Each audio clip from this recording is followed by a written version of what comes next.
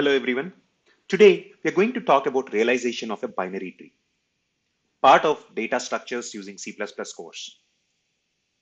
A binary tree can be realized using an array or linked representation.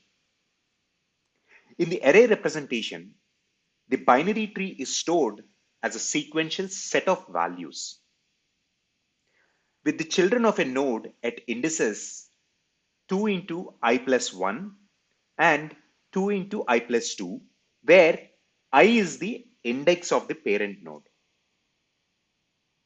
In the linked representation, each node is an object with data and two pointers, one to the left child and one to the right child.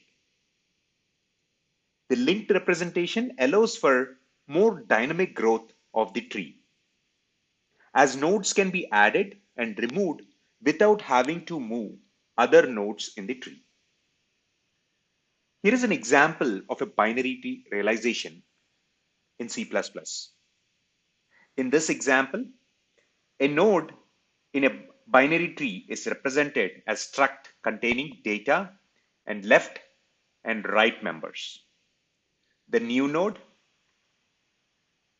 function creates a new node and sets the left and right pointers to null pointer.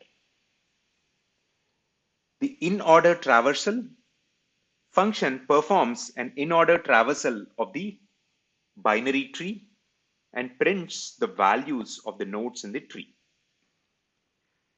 In the main function, we create a binary tree with 5 nodes and perform an in-order traversal of the tree. The output of the program will be in-order traversal 4, 2, 5, 1, and 3. Hope this was helpful. Thank you for watching.